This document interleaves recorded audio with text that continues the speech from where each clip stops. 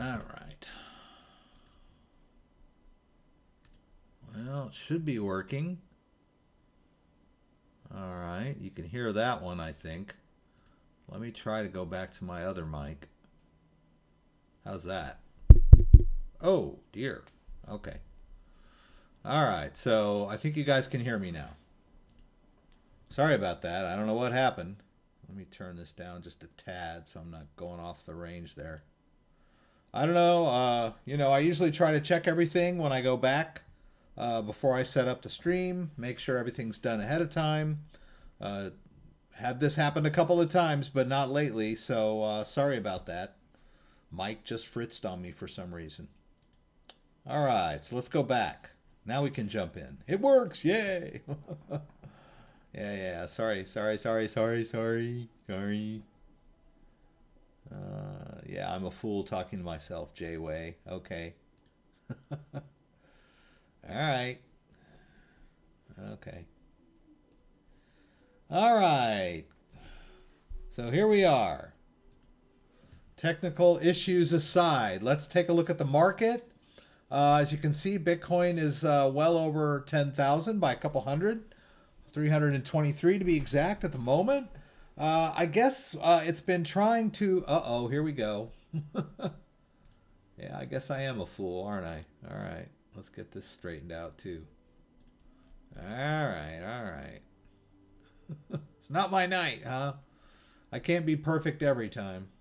Not that I'm ever perfect, really. But usually I remember. Okay, now you can see my screen. You can hear me. Everything's good. All right, so here we go. Bitcoin. Over 10, 323.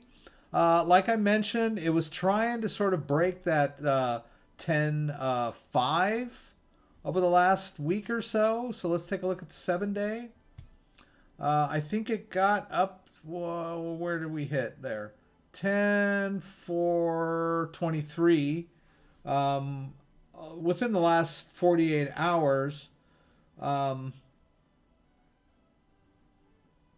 I guess on some exchanges it was up right at 5, maybe 550, and then came back down again.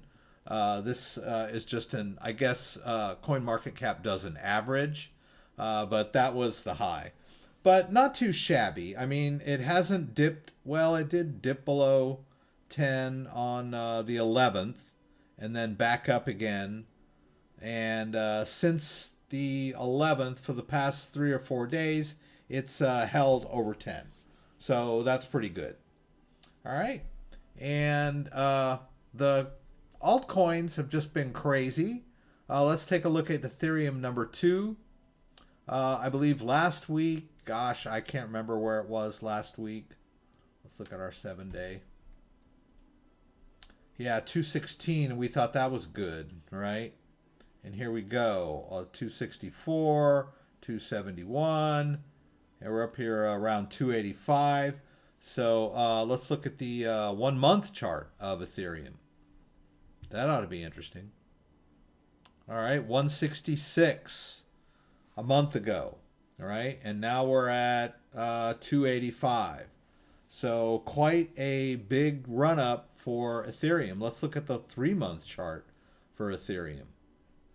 All right, wow, it was pretty good back then. 140. Right, back in November, 140, all the way down to 124 in mid-December. 124 for Ethereum. Now back pushing 300 now. So if you were buying Ethereum back in December, you were doing the right thing, eh? Right? A lot of other altcoins have been on tears. Our friend XRP. Hey, check out XRP. Looking good over the last month. Right? We were down around 23 cents, all the way down to 22 cents, and now we're back up to 33 cents. So doing good, XRP, right?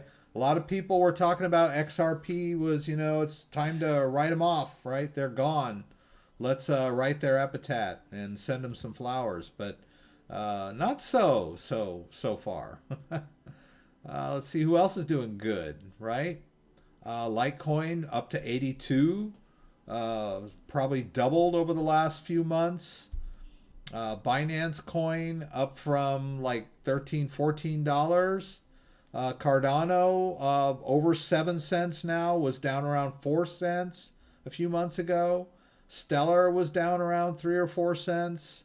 So all these big cap coins, Monero has pretty much doubled. It was around 43 back in November, December. Now we're at 94. So the altcoins are really have been kind of leading this upswing. And, but they always need Bitcoin to sort of back them. So Bitcoin has been up, but not parabolically, really, this year. Well, I mean, it's 40% up from year to date. So that's pretty damn good. But we're looking at other coins here that have doubled in value since the beginning of the year. So Bitcoin seems to pale in comparison to that. All right. All right, so my first big story is that Bitcoin tweets reach 2-year high as 10K fuels Google internet surge. So we've got a proliferation of tweets that are involving Bitcoin. I don't know if that means they have the Bitcoin hashtag or if they just mention Bitcoin.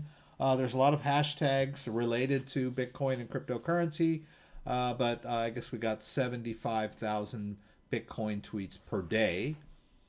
Tweets including Bitcoin reached 75,000. I guess they just mentioned the word Bitcoin, right? That can be good and bad, right? There can be people that tweet about Bitcoin that are negative about Bitcoin, but they're mentioning it, right? So, and then also Google Trends. Google search activity has also picked up this month. Analysis for the term Bitcoin shows users searched for the term more in the past 7 days than at any time since last August. All right, so we've got a lot of online interest in Bitcoin going on now. That 10K is a psychological level, and so there's a renewed interest in Bitcoin. There's been a lot of adoption. There's been a lot of institutional news, institutional adoption, that sort of thing. The futures market, all that stuff has been sort of bubbling under the surface and not moving the price that much, but it's been there. And now we're getting more, the average Joe interest in Bitcoin. Let's just wait and see what happens when Bitcoin approaches 15,000 or 20,000, right?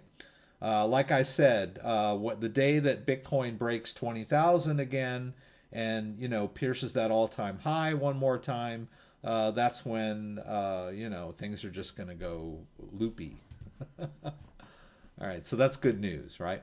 Now on the other side of that, there was an announcement this week from the Treasury Secretary that there will be, and it really wasn't an announcement. He just sort of responded to a question during a press conference about something else, but he mentioned that there will be significant crypto rules coming into effect in the near future. He also mentioned that he wants the technology and the sector to grow, but on the other hand, drug dealers, money launderers, child pornographers, all that kind of negative things that they talk about in relation to Bitcoin, without mentioning, of course, that most of that traffic happens in the US dollar and not in Bitcoin. But we won't go into that, right? But there's been a lot of, this is my personal opinion, I've heard a lot of news stories about the US falling behind in the adoption and the technology of cryptocurrencies and blockchain. And because the powers that be in the US, the regulators and the Treasury people and and all those people have been so negative about Bitcoin and cryptocurrencies, they're starting to get a bad rap from the average people and people all over the world saying, hey, there's this brand new technology, this liberating financial technology, and the U.S. is falling behind, right? So now all these Bitcoin bashers are having to sort of adjust their game, right? Adjust their attitude to sort of compensate for that, right? Because now they're starting to look bad, right? Now they're starting to have a little egg on their face because people are adopting Bitcoin. It's happening whether they wanted to or not. And now they're starting to look kind of behind the eight ball on this, right? So, and when this sort of announcement would have caused Bitcoin to crash in 2017, right? Any kind of announcement that had anything to do with regulating cryptocurrency, the ad bans that came out in 2017, any kind of negative news about cryptocurrency would have just totally crashed the market, by like 40%. But here we are. We get this announcement this week. Bitcoin has sort of, the price of Bitcoin has pretty much ignored it to a certain extent, right? So, but an interesting story, and it could affect people as we move forward, right? Now, here's an interesting story. How many people actually have at least one Bitcoin? We've talked about this. It's a good financial goal for anyone to manage to acquire one Bitcoin, right? Not an easy goal, with Bitcoin at 10,000, not that easy for, with, you got to buy groceries, you got to pay the bills. How are you going to manage to accumulate something that costs $10,000, right? Not an easy task. They say that most Americans can't really afford a $400 emergency based on, I don't know what, but I've heard that statistic before. So, yeah, not an easy task. But this is a good analysis of how many people might own one Bitcoin. And before I get too much farther in the news, once again, guys, always remember that if you look down in my description, I have links to all of these news stories so that you can read up on your own if you want to delve a little further into these stories, right? And as always, I've got my affiliate links. Check out these products. They're products that I believe in. Crypto.com, of course, Ledger Nano, Brave browser, which is totally free, even if you use my link, especially if you use my link. Binance US, and then a lot of cool stuff that links that I provided, and also down below a bunch of links to my Ledger videos. I advocate the hardware wallet and I prefer the Ledger, and I've done a lot of videos on the Ledger. So if you're having trouble with the Ledger or you just bought one, check out all of the videos that I've done on the Ledger, right? I have quite a few of them. So check out the description down below. So let's go on to the next story. Okay, we're still talking about this story, right? About how many people have acquired one Bitcoin. So we're talking a lot about the Bitcoin addresses that are available. As you know, Bitcoin is or you may not know, it is transparent, right? It's not anonymous. It is pseudonymous, right? You don't have to have your name to own a Bitcoin attached to that Bitcoin account on the blockchain. But every transaction is transparent. And there are a lot of analytical firms out there that can analyze Bitcoin transactions and IP addresses and pretty much determine who's got what, right? So it's really not anonymous at all. But so they can analyze all of these Bitcoin addresses, and they can determine that there are a certain amount of addresses that have more than one Bitcoin. But this does not mean that each address is associated with one person, right? There might be addresses that are, one person may have more than one address, first of all, and then there might be some wallets that are shared by several people. It's hard to know that for sure, right? And then there's the lost coins, right? People that lose their password and their backup phrase have lost access to those Bitcoin addresses, right? If you no longer have the private keys, then you can no longer access the Bitcoin in those addresses. And I've heard quite a few sad stories in my day, and the worst is that they still have the public keys, so they can look at their balance, but they can't access it. So people in today's society have over time become a little. I want to. I would like to use a better term for it, but the word lazy springs to mind, and it has to do with all of the modern conveniences that we have in our society today. And if you lose your debit card, or if you forget your password to your Facebook account, or your bank account or whatever, there you can pick up the phone and call somebody and get it straightened out, right? But it doesn't work that way with Bitcoin, right? So people are not used to this rigorousness. So they set up a wallet, they choose a password, flippantly, and then they put some Bitcoin in there, and then they forget their password, and they're kind of like, oh well, I'll just call Bitcoin Central and they'll fix it. Well, they don't. There is no they, right? There's no it's decentralized. There's nobody there to like give you back your password if you forget it, or your backup phrase. So there's a lot of Bitcoin out there that is inaccessible. So we really can't count that, right? You don't really own it if you don't have access to it. So I guess the long and short of it is that the number of individuals who might hold at least one Bitcoin varies between 400,000 and 800,000. So in a world of over a billion people, or 7 billion, or however many are in the world, I know there's about 400,000 in the U.S., 400 million in the U.S. Out of those 400 million, less than a million probably hold one Bitcoin. And this is worldwide, right? So let's look at world population. So at least I can be accurate, right? About 7 billion, 7.7 billion people, right? So out of those 7 billion people, there's less than a million that own at least one Bitcoin, right? So join the club, right? See what you can do. Stack sats, as the crypto lark would say. Stack sats and chill.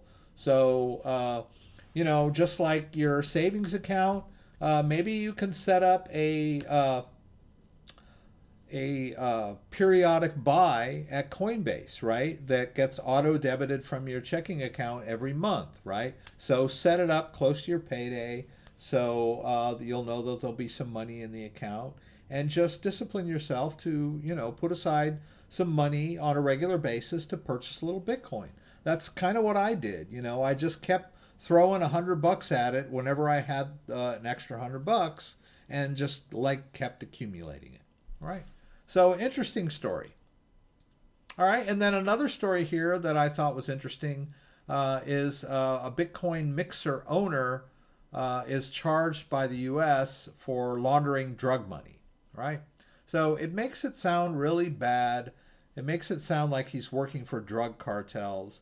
And I don't want to minimize this, right? It is, we're talking about criminal activity here, but the people that are working on the dark web most of the time are buyers.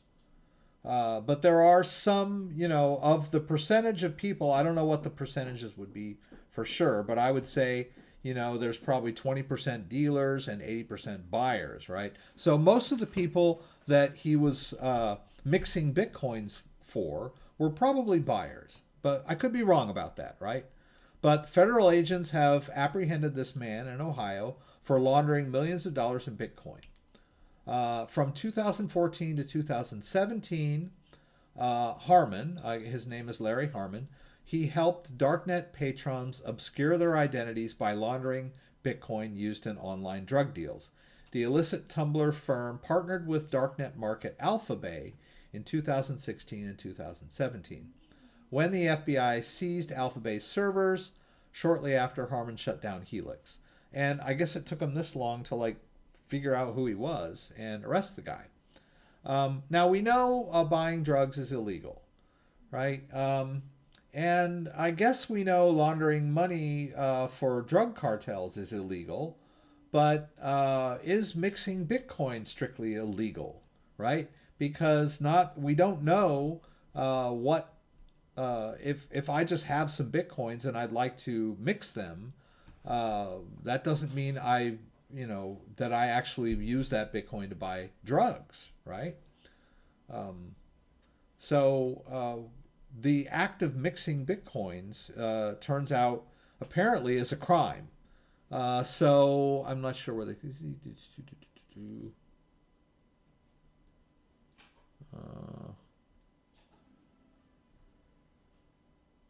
I'm trying to find it. Where it said? Okay. Okay. A release issued yesterday suggesting that Bitcoin mixing services are illegal to run. Right. So there still are Bitcoin mixing services, and so well, are we gonna? I guess that's a crime now, at least according to the U.S. Right. But if you're running a Bitcoin mixer in Argentina or Scandinavia or Australia or Singapore, do you fall under U.S. laws or do you not? We don't know, right? But my question is, would they consider? It says illegal to run, right? It doesn't say to use, right? So, like the Wasabi wallet is kind of a built-in Bitcoin mixer. So, does that mean that it's illegal to use Wasabi? Or it's illegal to distribute Wasabi. So this brings up a lot of questions about Bitcoin and how it works, and mixers and all that other thing. And if we're going to talk about a Bitcoin mixer, there are other privacy-based cryptocurrencies that sort of have the mixing built in. And so, are those illegal, or will they become illegal? So a lot of questions being raised about this. Now, here they managed to find one guy who was running a mixer associated directly with a darknet market that sold drugs. So it's kind of a cut and dried thing. But it raises a lot of questions about, Bitcoin mixers and privacy coins and cryptocurrencies in general. All right. Interesting story. All right. So let's check what's going on with you guys. There's a lot of stuff going on here.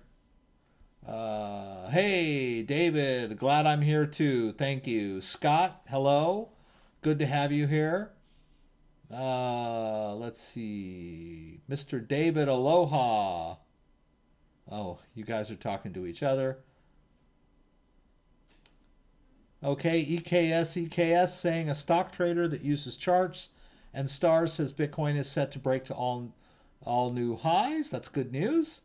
Thanks for streaming, Killer Crypto Kelly. Thanks for being here. Altcoin crazy time, yes indeed. Picked up 35 Ethereum before it pumped. Good job, Ryan. That's awesome. Hey Rex, got a tax question about my Coinbase Earn crypto I exchanged. Well, okay, Sir Mike. Okay. That crypto earn at the most was probably about $100, so I wouldn't sweat it. But yeah, they're taxable. So my advice on that would be, let's see, let me open something here. I just want to check. I always forget which one. I don't want to reveal any more personal information than I have to. Let me see if I can get in here. Okay. All right. So this browser is not. So if you go to Cointracker.com, and you don't have to even pay, right? You can sign up for it. It's free, and it at its core, it tracks all of your coins and your transactions, right? So you can, and what you have to do with your exchanges is you have to set up an API. Now they walk you through it. It's a little bit complicated, but it's not, it's not rocket science. It can be done, right? So you log into your Coinbase account and you set up this API and you give Cointracker access to your history, right? They can't withdraw coins from your Coinbase account, but they can download and interact with your account to see your history. And so, and then you'll give it wallets that you have. You can give it the public addresses of your wallets, and it can track where your crypto moves. And it can also track where you sold it, right? So if you used Crypto Earn and you earned some DAI or Stellar or whatever you earned, and then you just moved it to a wallet, then you didn't sell anything and there should be no taxes. If you cashed it in for Bitcoin right on Coinbase, then all of those transactions will download into Cointracker. And then if you're worried, then you can pay Cointracker. And for small transactions, it's not that much. It's like, I don't know, 30, 40, 50 bucks to produce a tax form for you that gives you all of the capital gains that you incurred, right? All of the small taxable events will all be added up, and you'll be able to see how much money you gained or lost on those little tiny transactions. But your Coinbase earn is going to be minuscule in that respect, right? But if you, like I said, if you moved it, it shouldn't be taxable. But I'm not a tax advisor, right? You take it to H&R Block, take it to your accountant, double check. But you know, generally speaking, if you're not selling it and all you're doing is moving it, then it's not taxable. But if you trade it for something else, it becomes taxable, right? And if you earn it and then trade it right away, then there wasn't a big gain or loss, right? But you did basically just earn it. It's like someone paid it to you, right? So it's like income, right? So basically you can treat it as income. There's a way to do that in Cointracker, right? You can classify some transactions as that you were paid in that cryptocurrency, and then they'll figure all the taxes out for you. And there's others besides Cointracker. There's Bitcoin taxes. There's a bunch of them, right? So don't fret. There's ways to figure all this stuff out. You know, shouldn't be a huge problem for you. All right, let's see here. All new stock market higher. Why not Bitcoin? Well, the Federal Reserve is not pumping liquidity into the Bitcoin market like they are the stock market, right? That's just my take on it. Let's talk about Tron buying Steemit. Yeah, I don't know. I don't know Tron. You know, I don't know Tron.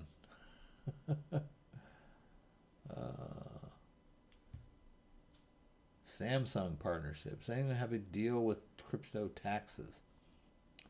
All right. $40 worth of crypto that I traded for other crypto and sold, purchased other crypto. How do I file? Apparently, it's a taxable event. Okay, I covered that, right? $40 is not, you know, it's not. I don't know what the threshold is for capital gains, but $40 is not going to make or break you. And I don't think the IRS is going to hunt you down for a $40 transaction, especially if there wasn't a huge gain. You just like converted it from one to the other, right? No idea what Bitcoin mixing even means. Bitcoin mixing is there's services. Bitcoin mixer. Let's do something illegal, right? Okay. So here we go. I think that's one, right? All right. So basically, with the Bitcoin mixer, is you're going to give them a Bitcoin address where you would like your Bitcoin, your clean Bitcoin forwarded to, right? And then you're going to, I don't know, where is this mix? Okay, first you give them the address, you hit next. And then at a certain point, they're going to ask you how much. And then at some point, they're going to say, okay, here's an address. Send some Bitcoin to this address. And you'll send some Bitcoin to them. And then they will mix it, clean it, and send it back to you at that address that you provide. So it basically cleans out its history. It mixes it with other transactions, so that the Bitcoin that you own no longer has a history. So it's sort of like money laundering in a way, but it also, in a way, there's really nothing wrong with wanting your Bitcoin to have no history. people spend cash every day. And if you ask them, they may not realize it, but a lot of times the reason people spend cash is because they want their transactions to remain private, right? For a lot of different reasons, right? But most of them is that we all have a right to privacy, right? So a lot of people use cash so that their finances stay private. So this is similar, right? If you have Bitcoin, it has a history. And so using a Bitcoin mixer makes it so that the history is no longer traceable. It's not perfect, right? It doesn't work 100%. And there are a lot of Bitcoin mixer scams where you could send some Bitcoin to this guy and they'll never give you anything back. So it's kind of an advanced thing.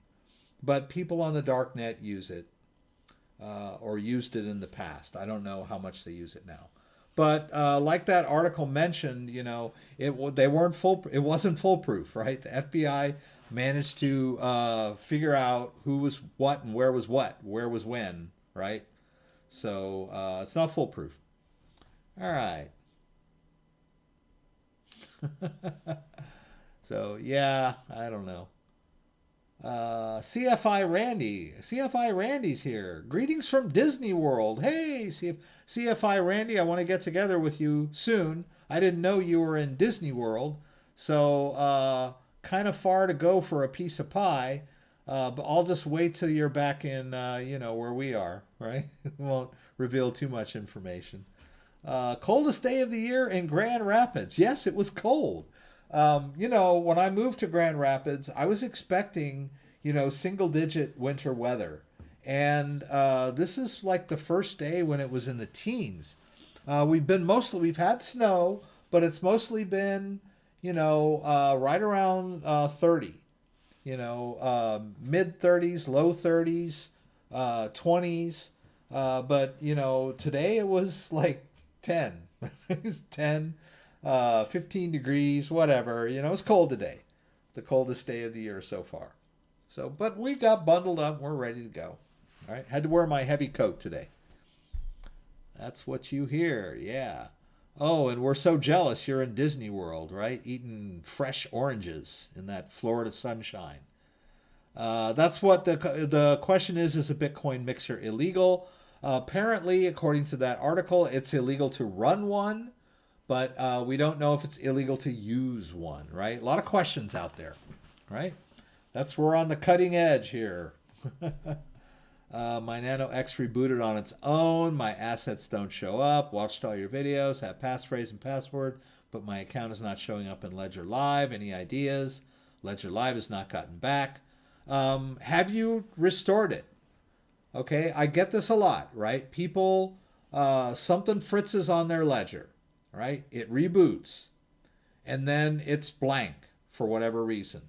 And so it forces them to go through the steps of creating a new 24-word recovery phrase, which the user dutifully does. What they don't realize is that first screen says, would you like to set this device up as new? And you say yes. What you need to do is skip to the next screen, which says, do you want to restore this device from its original 24-word recovery phrase? And that's what you need to do. So what happens is people set up that new 24-word recovery phrase. They've reconfigured the ledger. It's now a completely different configuration with empty wallets, right? And a new 24-word recovery phrase. And then somehow they get discombobulated and they get it mixed up. They don't know which is which, and they say the ledger told me to create a new 24-word recovery phrase, right? It was suggesting that you do that, but it also, if you just skip to the next screen, you could have also restored it. So most likely, what you need to do, Jan, is to go get your original 24-word recovery phrase, the one that you wrote down when you first set up the device. And you need to do a restore, right? It's not that difficult. It's pretty easy. I've got a video on how to do that. And but basically you can go in here to settings and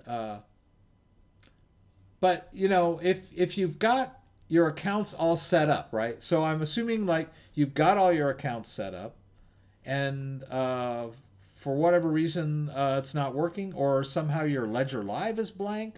Wait, let me read this. My assets don't show up. Watched all your I passphrase, but my account is not showing up in Ledger Live, right? So you had accounts in Ledger Live, but you deleted them in Ledger Live, because if your ledger itself got wiped, you would still have the accounts in Ledger Live. So it's probably giving you a wrong device or passphrase, unless I'm not understanding. You did all that. Okay.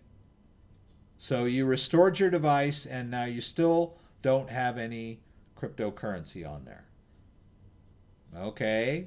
Sounds interesting, right? Have you tried adding accounts and scanning for accounts? Right? No? So if I connect a device and scan for accounts, it will find any private keys that are on the device.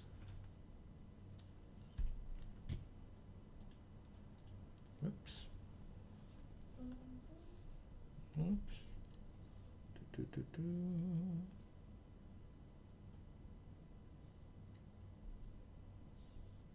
All right. So if I go over to Ethereum and then tell it to add an Ethereum account, it's going to scan my device for accounts, and it should find them. Right? Are you sure you restored from your original 24-word recovery phrase and not the one that you just created when the device fritzed on you? Because you could just keep going in loop after loop doing that. So my question is, when the device restarted itself, did you do a restore, or did you initialize with a new recovery phrase?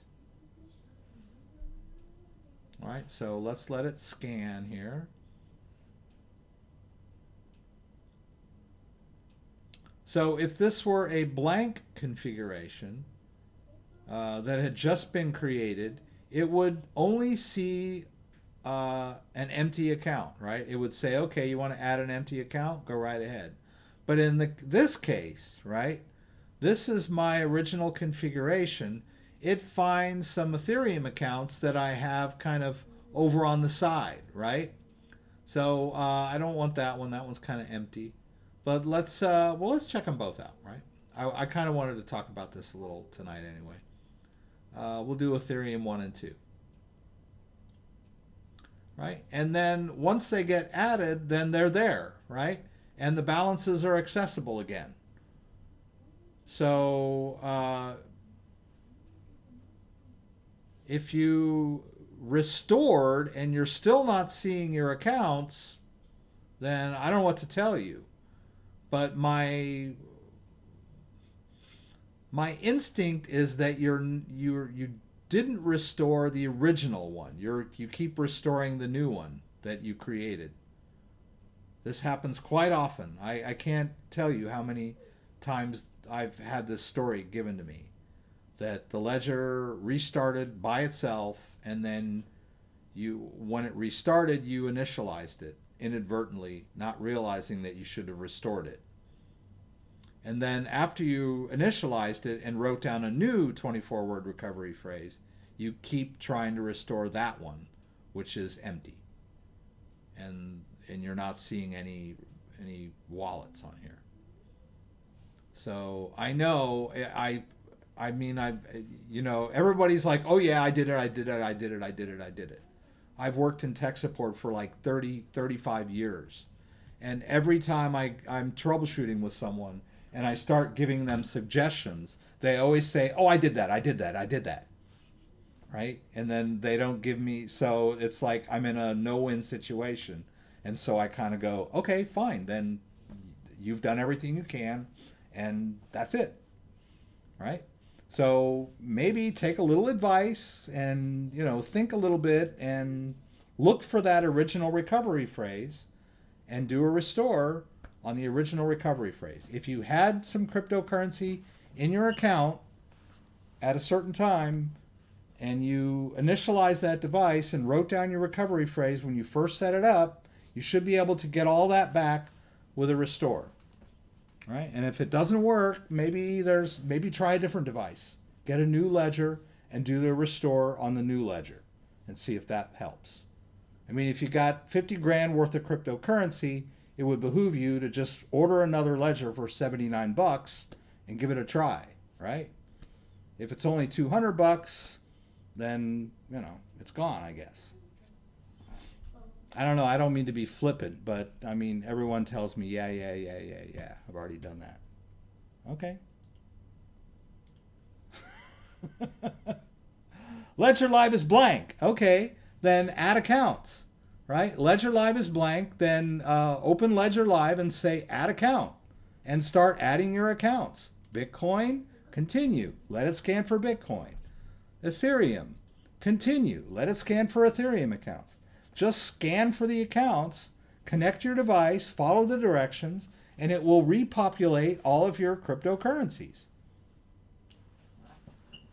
In a perfect world, right? Right? I can wipe Ledger Live off my computer and start from scratch. And all I have to do is connect the device and go to add account and let it scan for new accounts. It's pretty straightforward. You just saw me scan for 2 Ethereum accounts that just showed up, right? Those were not in Ledger Live before, but the private keys were on my device, and so I just re-added them to Ledger Live, and now we're back in business. So I don't know how Ledger Live got wiped if your device restarted itself. Ledger Live and the device are 2 different things.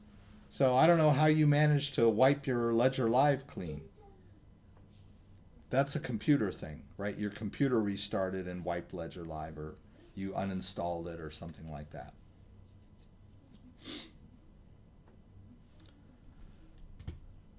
I don't know how to scan for accounts. Okay, you go to accounts on the left side. You go to the top. Right there it says add account. You hit the plus, add account, choose the cryptocurrency, hit continue, and it will scan for accounts. All right, that's how you do that. Let's scan for Litecoin, right? Hit continue. Okay, it wants me to enter the Litecoin app on my device, right? So I'm going to exit the Ethereum app. I'm going to go over to Litecoin, right? I'm going to hit both buttons. Now I'm in the Litecoin app, right? Now I hit continue. There. Now it's scanning for the account on my device. There it is. Scanning, scanning, scanning. Oh, looky, it found a Litecoin account, right? That was an old Litecoin account that had a low balance. I just deleted it out of Ledger Live. But the private keys are always on the device, and it will always find them if you scan for it. Right? Boom. There's the Litecoin. Right? $4 worth of Litecoin. Hopefully you'll find more than that, right? You'll find some Bitcoin, some Ethereum, some XRP, whatever you had on there before. Just go to add account and just let it scan for the private keys, and it'll add them to Ledger Live. Yeah. Again, I really don't know how you managed to wipe Ledger Live clean, but I wasn't there. I don't know. All right, so now I'm just going to get rid of this one. I don't want to see it anymore, so I can just hit edit account and delete and confirm. That did not delete it from the device, right? It just deleted it out of Ledger Live. Oh, so while we're on that subject of deleting accounts, I think you guys saw before, let's see if my portfolio has gone up here. I think this is not, yeah. So there's this pesky little coin called Kick Token. And I think it's in this one. Yeah, see that crazy Kick Token?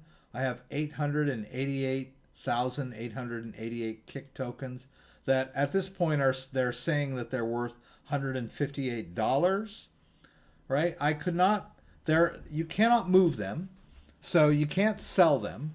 They're like I don't know what you want to call it, a scam coin or whatever you want to call it. It's a coin that has a built-in contract that locks them, right? They give them to you locked, right? So here, I'm going to give you a locked safe, you know, with $1,000 inside it. You know, here's my gift to you, you know, and you're like, well, what about how do I spend $1,000 if the safe is locked, right? That's basically what they did. They gave people all these tokens that were locked through a smart contract. So you can't sell them, you can't move them, you can't do anything with them. But Ledger Live they're showing up in Ledger Live and adding to the value of the portfolio, which makes the portfolio inaccurate, right? So what I did, if I had a video that I did the other day where basically I created an empty Ethereum account, this Ethereum alt, and I moved all of my valuable tokens in there, right? Oops, sorry. I moved my BAT, my Polymath, and my Link, and my Ethereum into this new account, right? Then I took this old crazy empty account, which has tiny bit, 3 cents worth of ETH, and all of these other worthless airdrops, and this crazy kick token, and then I deleted it out of my account so I didn't have to see it in my balance anymore. I just deleted it out of there. So now I don't have to worry about kick token anymore. See, now my portfolio is accurate, right? Now, interestingly enough, that's kind of a hack. There was a Gmail that I got not too long ago. All right. On a Reddit post that Ledger is addressing this issue. Kick tokens have been distributed as a frozen airdrop and cannot be transferred for the time being. As they are not usable for the time being, we absolutely plan to stop taking them into account in the value of your portfolio in a future Ledger Live update, right? So Ledger Live is fixing this issue with kick tokens, right? So, but kind of interesting. And I'm not the only person that got 888,888 kick tokens, right? So at first I was kind of like, wow, cool. Yeah, maybe I'll wait for them to go up and then I'll sell them. And then they went up, you know, this last few weeks, they were just going nuts. And I was like, dude, they're worth like $500. Let me go sell them. Can't sell them, can't move them, nothing. They're just like worthless. It's a scam. It's a pyramid, right? You follow the link and find out more, and you have to sign up for their service. You have to give them all your KYC. You have to, join their little pyramid scheme, whatever you got to do to get these tokens unlocked. And whether they actually ever get unlocked, I don't know, right? So, scamola. So, but kind of clever in a way that you can create a coin with a smart contract that keeps them locked, at least for the people you send them to, right? So, kick tokens. Like, kick them out. Kick tokens.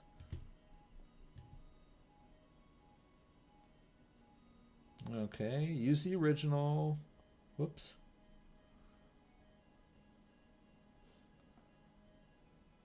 I did not. I did order new ledgers. Unfortunately, I had a lot of dollars in the ledger. Okay. I did add those first after I followed Rex direction on a fresh install of Ledger Live in case it was a software problem. Well, Jan, you sound like a rational person and like that you've got that original phrase. I'm happy to hear that. I don't know why the restore and the scan for account is not coming up in your Ledger Live. So hopefully if you scan for some accounts, you will find those private keys and those accounts. It might be a problem with the device that it's not taking your recovery properly. So, like you say, you've ordered another ledger. Hopefully it'll work better on the other ledger.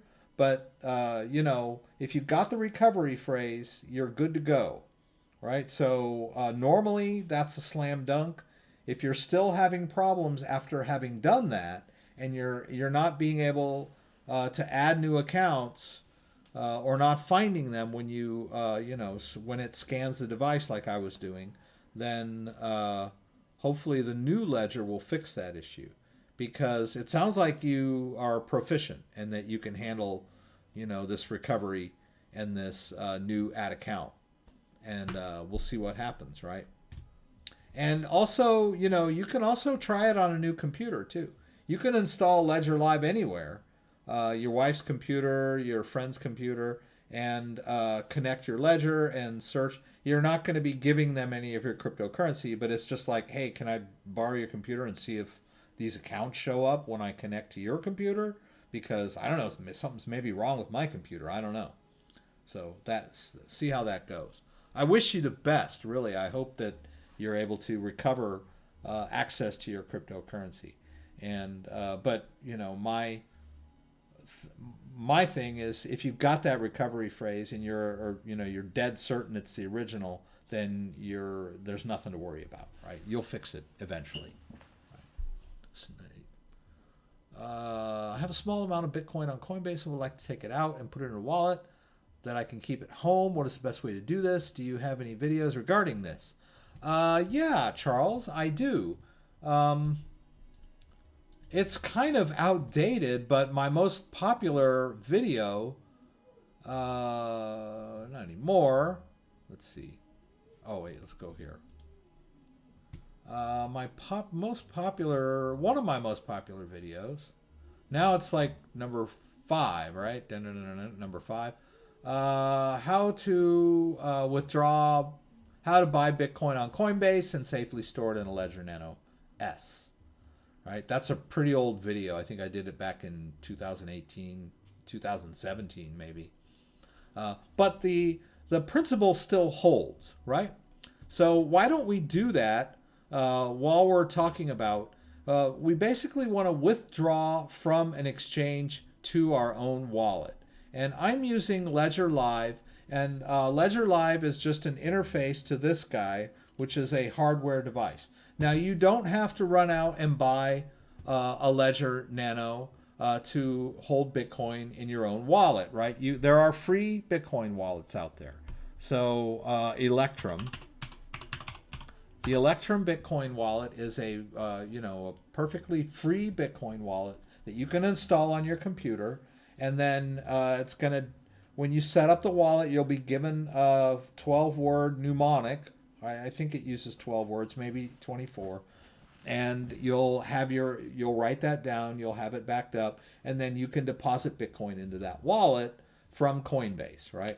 And Coinbase basically, there's a send button, right? And when you click send, it's going to ask you where you want to send it, all right?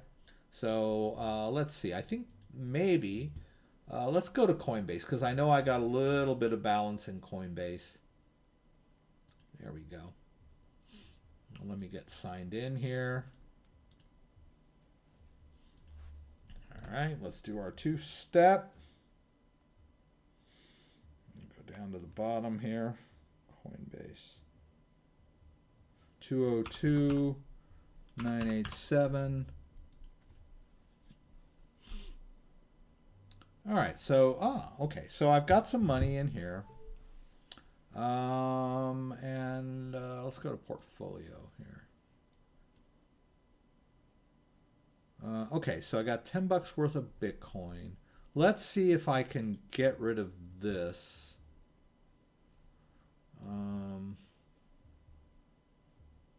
Convert. Oh, from single collateral DAI? Huh? God only knows. All right, let's try that. To Bitcoin, right? Convert all of it. Okay, is that going to work? Do I have any? Okay. 891 total DAI. Okay, that's different. Okay. Oh, that's Psi. Okay, but I do have some DAI in there too. So let's go ahead and convert that. All right, I'm just consolidating everything so it'll just be Bitcoin, right? All right, that's done. Can I just get out of this? Okay. Let's go back. Let's trade again. And let's convert. And let's from Psi. Do they have Psi in here? Where's Dai? There's Psi. Where's Psi? Where's Psi, man? I guess I can't. That's weird. I don't know. SAI. Huh. Okay, so I have this Psi. I don't know what to do with it. How can I send it somewhere? Well, okay. Let's not fret over that. Let's go back. Okay, so, and did I do that or not? I don't know what's going on here. Maybe it just hasn't gone through yet. Anyway, we got 10, right? Let's just do the 10, right? So basically, if you've got some Bitcoin in your Coinbase account, you'll just hit send, right? So you'll go to the portfolio section. The portfolio section is where you actually access the coins, right? And in the portfolio section, you'll just look down there and find your Bitcoin and click on that. And then you can do a send from there, right? You'll send it to a Bitcoin address. What Bitcoin address? Your Bitcoin address. The Bitcoin address that you'll generate using your own wallet. So with the Electrum wallet,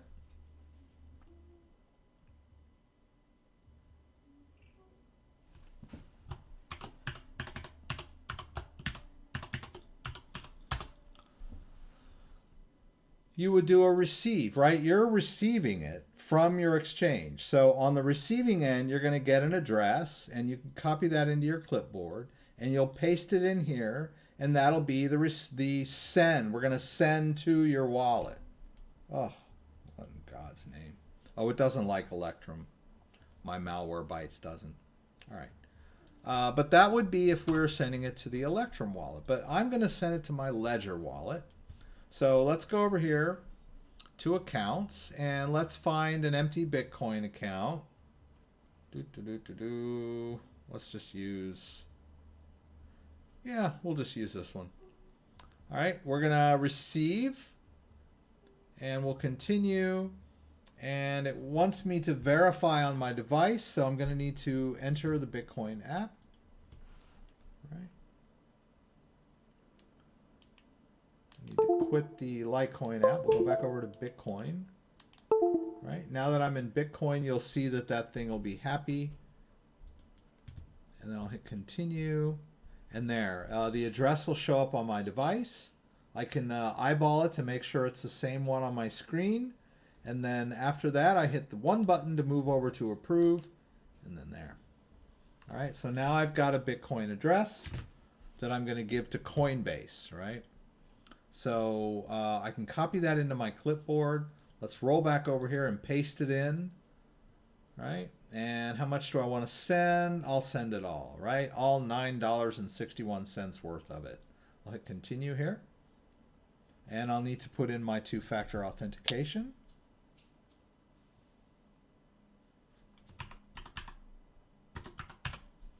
And we'll hit confirm there.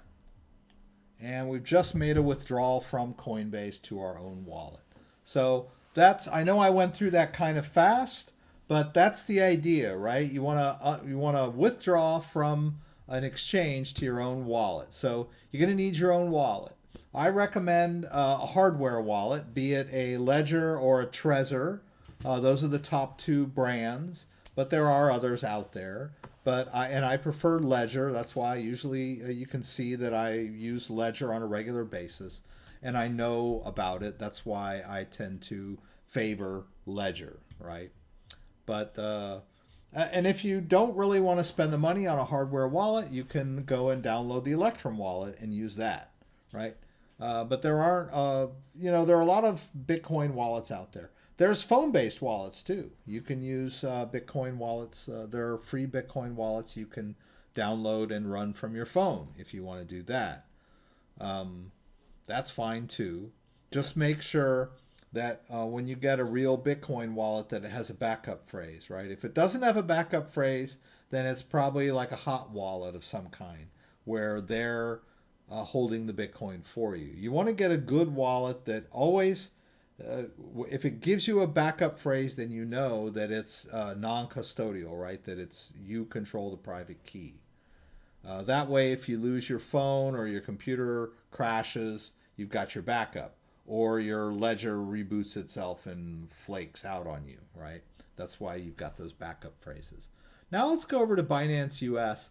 I wanted to do a little on Binance US because I wanted to get some Ethereum, and I hadn't done any Ethereum transfers lately. So you can see from my portfolio that I've got some Bitcoin and some US dollar, right? So the first thing I'll do is I'll buy some Ethereum with my US dollar, right? 15 US dollars. So I'll just do a trade, ETH to US dollar. I'll go market over here and I'll do the max and I'll shave off a little bit for my trading fee. I'll hit buy ETH and the market order gets created, right? And then we can go back to the wallet and now we can see that we've got Bitcoin and Ethereum, right? Cash is 0. We got ETH and Bitcoin. Now I'm going to trade for the Bitcoin for Ethereum if I can do that. Let's see. There we go. I can do ETH to BTC. So I'll go ETH BTC. And what I want to do is buy ETH, right, with Bitcoin. So we'll go market again. We'll get 100% of the Bitcoin. And that's going to give me most of that ETH. Let's hit buy ETH. Hey, it worked. All right, so we've consolidated all our coin into one, right? We've consolidated everything into Ethereum. So now I've got $25.63 worth of Ethereum, right? And small amount of Bitcoin left over, right? So let's withdraw the Ethereum to our Ledger Live. Now, I don't do this very often, but there is a little shortcut. I'm usually pretty complete in the way I do these things, but with Ethereum, you're always going to generate the exact same Ethereum address. So there's really not that much point in confirming it on the device every single time, especially if you recognize the Ethereum address, right? So here we go. I'm going into Ethereum. I'm going to do a receive, and I'm going to hit continue, but then look, it says don't have your device. I can just click that. It's going to give me an Ethereum address. And I recognize that Ethereum address. I've used this address before, and it doesn't generate a new receiving address every time. Ethereum is not like the Bitcoin wallet, right? It's always the exact same address every time. So you can just do that don't have device so that you don't have to go through that verification every time, right? It just generates the address for you, right? Now that we have the Ethereum address, let's do a withdrawal. And we'll paste in the address there. And then over on available balance, I can click.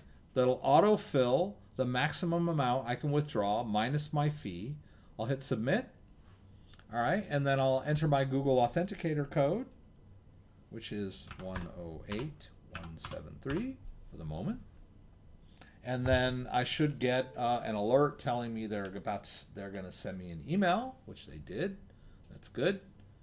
Let's go back up here. It's the right account. There it is. There's 2 in there. Confirm my withdrawal request. Yes, confirm that. And that goes out. What else was there? It said there were 2. Oh, well. Kind of weird. All right, so we're done with that. And we can go back over here and kind of keep an eye on, let's see, that Bitcoin that we withdrew from Coinbase has shown up in the wallet. Right? So it says that it was received on today, February 14th. And then notice that little clock down there. It says not confirmed yet. Right? Any transaction on the blockchain has to confirm as blocks are created. Your transaction gets added to new blocks, and as several blocks get added, the transaction becomes like immutable, right? It's not gonna, it's not fluid anymore. So there's that point. You have the cryptocurrency. It's just unspendable, right? Until it's fully confirmed. So if we go back over to, say, pardon me, you see, you'll notice these, like this one received says confirmed, right? That was, you know, an older transaction. It's fully confirmed, right? So I just kind of noticed that on down there on these transactions. So in case you're curious what those little clocks mean on the bottom of your transaction. All right, so the Bitcoin came in. It's still being confirmed, but we know we got it, right? And then the Ethereum, let's see. We can take a look down here and we'll wait for a new transaction coming in from the 14th, right, from today. And Ethereum usually comes pretty fast from exchanges. Bitcoin can take several minutes up to several hours. It should be here soon, right? And if you're wondering, hey, did it actually go out? We can go to withdrawal history, right? And we have to switch to withdrawal, and then we switch over to crypto. And then, yes, I can see that that Ethereum transfer that I initiated is processing, right? And it's going to this address. So everything's good, right? I got to be patient. It will process and it'll end up in my wallet. All right. Might come sooner than later. We'll see. All right, so let me see what people are talking about.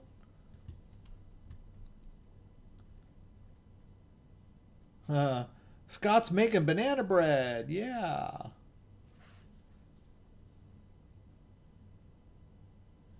Oh, okay, yeah. Daniel said, search YouTube for CryptoDad Nano X and many videos will pop up. Yeah. Oh, someone was asking me, it was Jan, and I was going to show them the restore video, but you've obviously know how to do a restore, right? But just in case, right? Uh, who said that? Daniel said that. Like you can do CryptoDad Ledger. Come on, Rex. Ledger Nano X restore. Right? And it should pop up that video, right? How to restore a Ledger Nano X from the 24-word recovery phrase. Right? Google is your friend. So if you just put the word CryptoDad and that whatever you're looking for, you'll probably get a lot of hits, right? Whoops.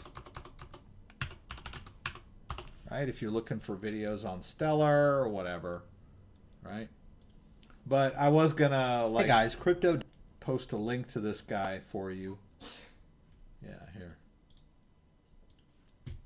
In case, right? In case you were, to go through that. And that's my tongue sticking out there. Or is it my teeth? I don't know. When you're recording yourself on a regular basis and, oh boy, what's up, buddy? What? You don't know? Nothing. You don't know what's up? What do you want, buddy? Daddy's almost finished, okay? Okay? Okay.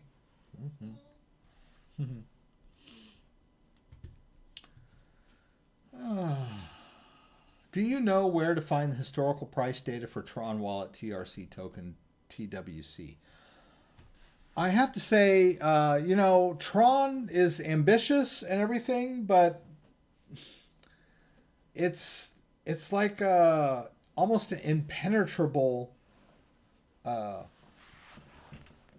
because, and I don't want to sound racist, but it's because they're like a Chinese company or an Asian company. I'm assuming that they're Chinese. That, everybody that works there is Chinese. All the programmers are Chinese. All the people that, write their tech support are Chinese. And so it's laid out, everything is laid out like hard to like access because I don't speak Chinese, right? I think if I went on the Chinese Tron website, I'd have no problem trying to figure out what's where and what's what, right? Because everything is probably very clear on their Chinese language website.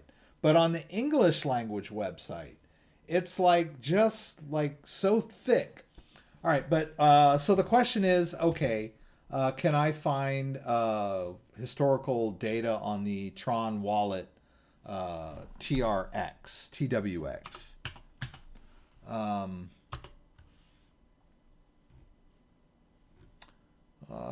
Let's see. That's not Tron wallet, is it? Let's see, Tron wallet.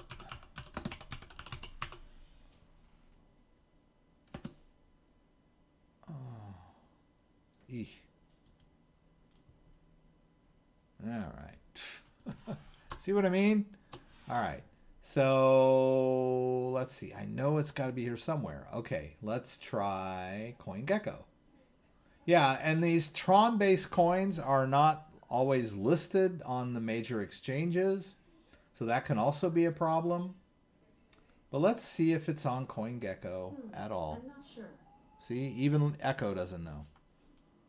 Where are we here? TWX. Yeah, see, it doesn't. What was it? Yeah, it's TWX. See, it's not on there. TRX is on there, isn't it? Right. So Tron proper is on CoinGecko, but not all of these sub coins, right? Now we could go to Tron website, and it's going to give me this Tron. Let's do this coin. And who names their cryptocurrency Tron anyway? That's like a bad choice for a name. They may not have seen the movie, right? He's kind of young. Maybe he didn't know about the movie Tron. All right. Okay, let's go back here. Tron on Coinbase. You can buy Tron on Coinbase? No, you can just get a chart on Coinbase. I don't think they sell it. Okay, here we go. Finally. Tron. All right, Tron. All right, so in Tron scan, yeah, it's so weird that I can't find the because I know they have a website.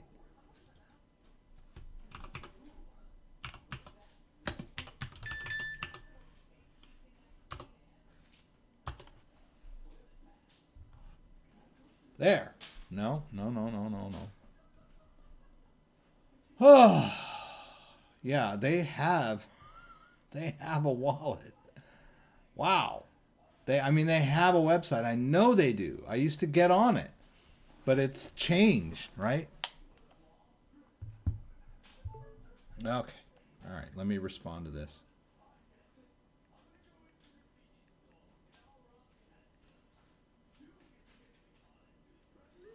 Wow. I think it was called the Tron scan. No. Ugh.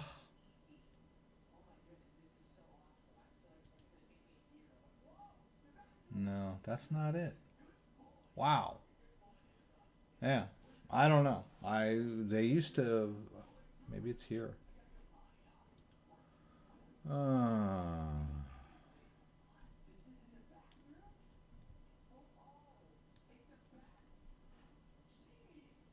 Huh.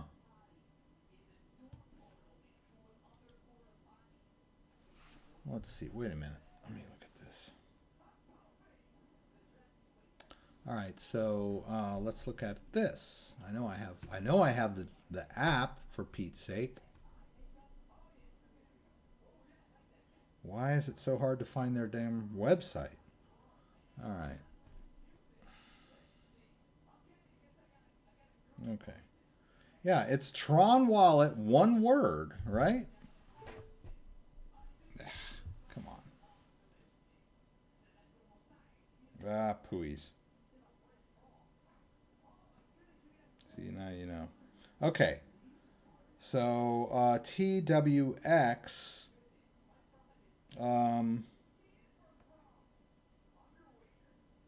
Yeah, I would not know how to find. And I know that this wallet has a website too.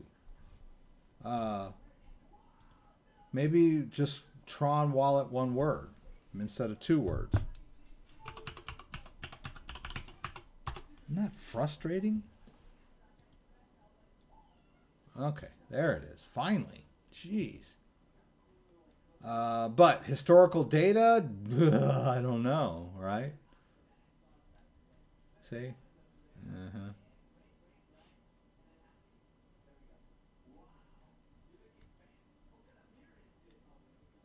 See, they used to have like a desktop-based version of this thing. And then it sort of got merged into Tron Scan, and like then it like became a app-based wallet. So I you know,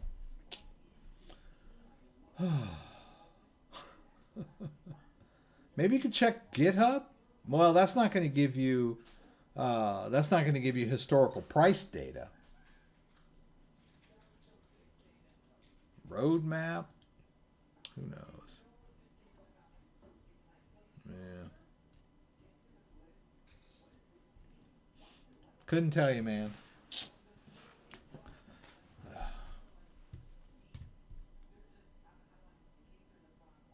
Oh, I did manage to link my my MetaMask to my wallet. We did it. Yeah, see. But let me see. What do you got here? On your previous video, we're not able to link Ledger hardware. Here's a solution. First, go to Ethereum on Ledger, then to setup and enable browser to yes. There is no browser support yes anymore on Ledger, right? It's enabled by default, right? There's no more like when you go into the whoops, unless I'm dreaming. Right, when you whoops, you go to Ethereum and you go to settings. There is no browser support anymore. There used to be back in the day, right? Right. There's display data, display contract data, right? But there's no more browser support. Yes, no, right? Because the current version of Ledger Live basically acts like a browser, so you don't need that toggle anymore. It used to be back in the day when you were using the Chrome app, you would have browser support disabled. And then when you connected to MEW, My Ether Wallet, you needed to enable browser support. But then when Ledger Live came out, Ledger Live basically worked sort of like a browser as far as the ledger was concerned. So they took that setting out. It's no more, it's not in there anymore. But interestingly, if we're in the Ethereum app, I have more than one Ethereum account, right? And that one is pointing to an old Ethereum account that we deleted, right? So I'm wondering, can I connect to this guy? The one that's got 1.8 Ethereum in there? Let's try. So let's see. Add new account? No. Yeah, see, that's an old... Yeah, it's all 0.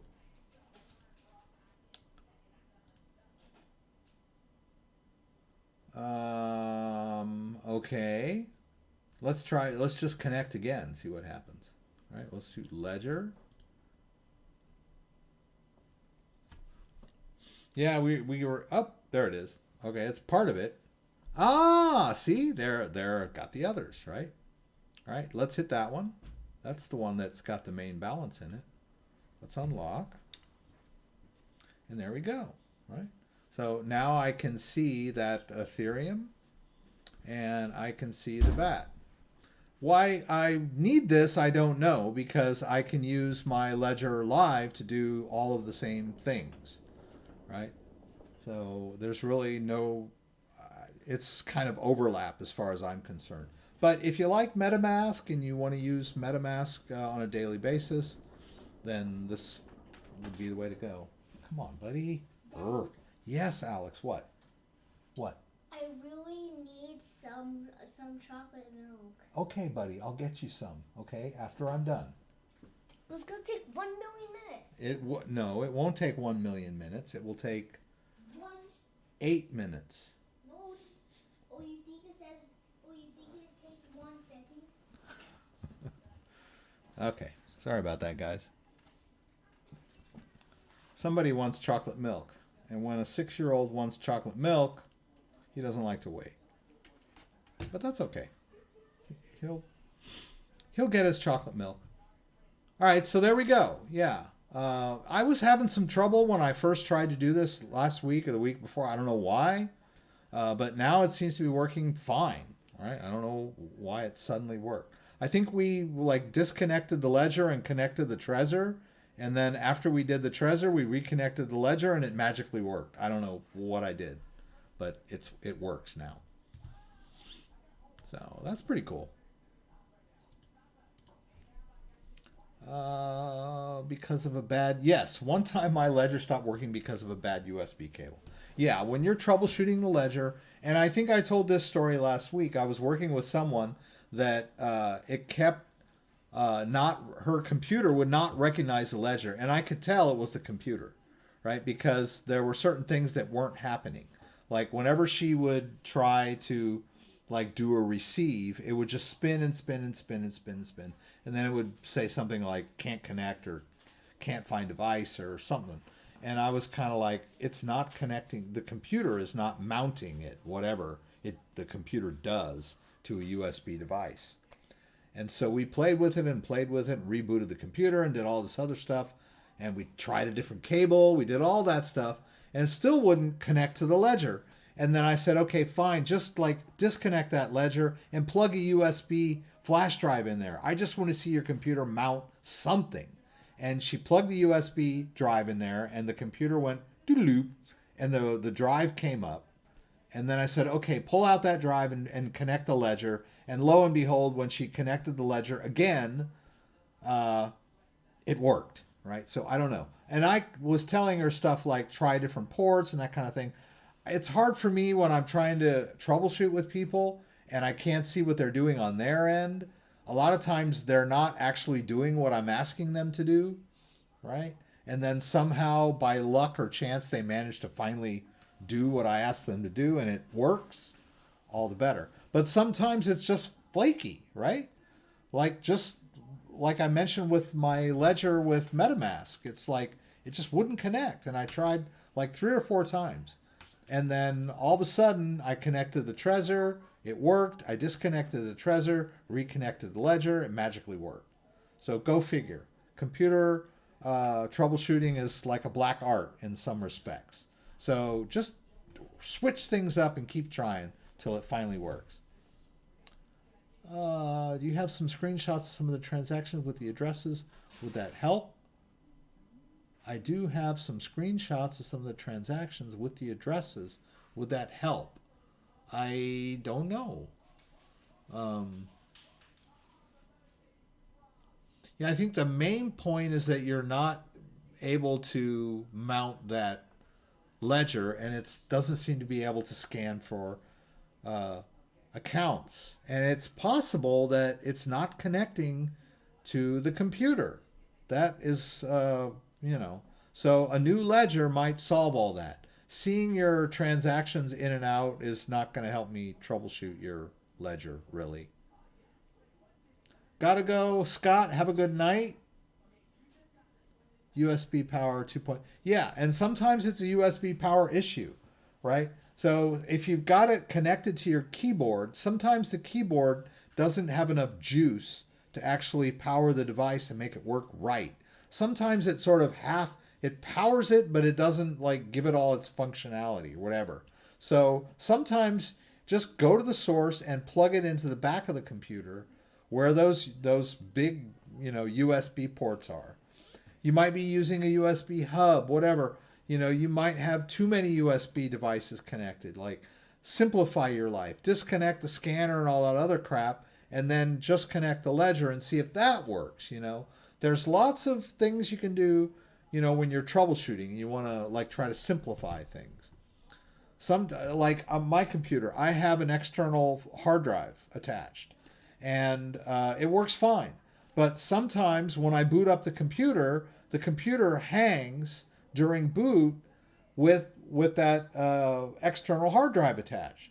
So I have to like turn it off, and then the computer will continue to boot, right? When I get to that point, as the computer's booting and it hangs, I reach down, I press the power button on that external hard drive, I turn it off, and then the computer continues to boot up.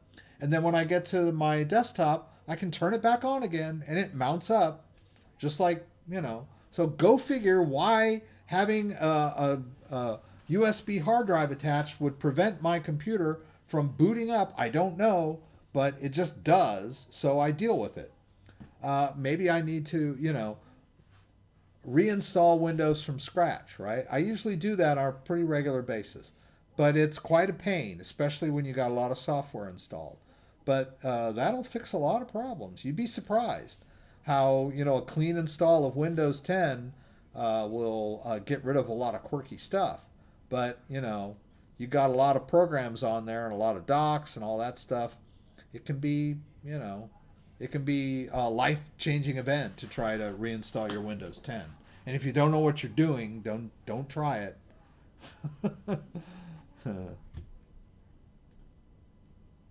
Just got the notification.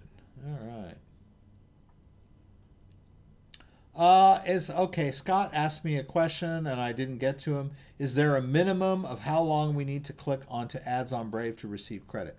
Now, I was told that if you have alerts enabled and you see that little pop-up come up, you saw one or two while I was working tonight. They're Windows alerts, right? But they're associated with Brave. Brave throws up these little ads in the bottom corner behind my head, and you can click on them to open up the ad and supposedly get credit. I was told that you'll get credit even if you don't click on it because it's being shown to you.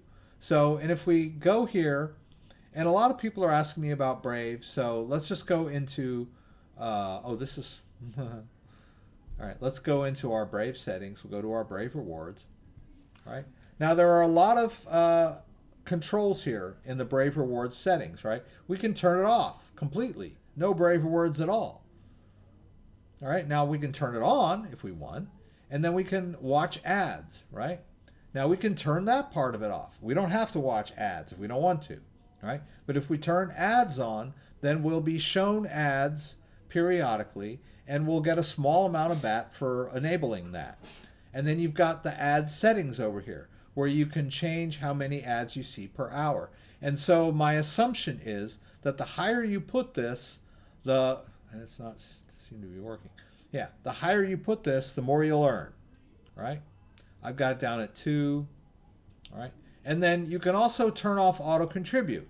Auto contribute is where you'll automatically contribute BAT to sites that you like if they're signed up for Brave rewards, right? You can turn that behavior off. You can also edit that behavior, right? You can adjust your amount of BAT, how long you're logged in, all that stuff, right? Monthly contributions, blah, blah, blah. You can actually tip people directly if they've got tips enabled. So there's a lot of settings here that you can adjust in Brave. But even so, you're not going to get rich using Brave, right? Brave is an ecosystem. You're going to get paid small amounts of Brave if you use it on a regular basis. You might make $5 a month. It's just pocket change. But, but it's cool that you're earning. And there may be, like, as the ecosystem moves forward, there may be certain sites that'll offer you accelerate. Oh, there goes one right behind me, right? There's an ad. I can't move it. I just clicked it. And it opens up a page if you click on it. But Scott was asking how long do you have to wait, or how long before you click it, or how long do you have to have it open. I don't think any of that matters. I think the only thing that really matters is how many ads per hour that you choose to view, right? So the more ads per hour that you choose to view, I think the more you'll earn. I might be totally wrong about that, but I was told that you don't need to click on the ads to earn, right? You just earn by enabling them. I hope Scott watches this later. Anyway, somebody wants chocolate milk. I'm going to have to go.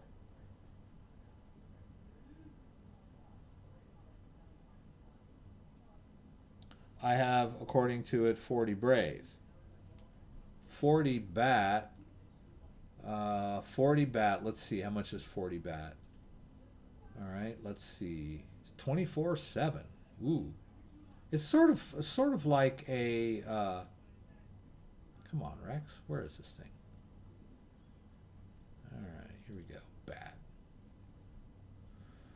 How much is 40 Bat? $12. That's pretty good. Yeah. I mean, I use Brave pretty much on a daily basis, and I usually I'm looking at like $5 a month. So you're running 24/7, earning $12 a month. It's not bad, right? Some GPU mining, like a single GPU miner, if you're mining Ethereum or Grin or whatever the heck you set up that single GPU to mine, it's probably about equivalent to that, right? About $10-12 a month or less, right? So that's not bad, right? 40 is pretty good, right? Not bad at all. More power to you. Anyway, I got to run, guys. It was nice spending this time with you. Jan, I hope you recover that, the cryptocurrency. It could be a computer issue. Like I said, maybe try installing live on a different computer and using that device to recreate your accounts, right? Just choose add account and let it scan for accounts, and it should find those. It might be a connection issue of some kind, or try a different cable. You never know. Don't forget, we do this every week, 8 p.m. Eastern Standard Time. Please join me for the live stream next week. Throw out your questions. I'll do my best to get them answered. We'll talk about the news, the markets. Have a good time. If you like this video, give me a thumbs up. If you'd like to subscribe to my channel, I would appreciate it. When you subscribe, there's a little bell that you can click that will allow you to be alerted whenever I post new content. Once again, thanks for joining me, and hope to see you again soon.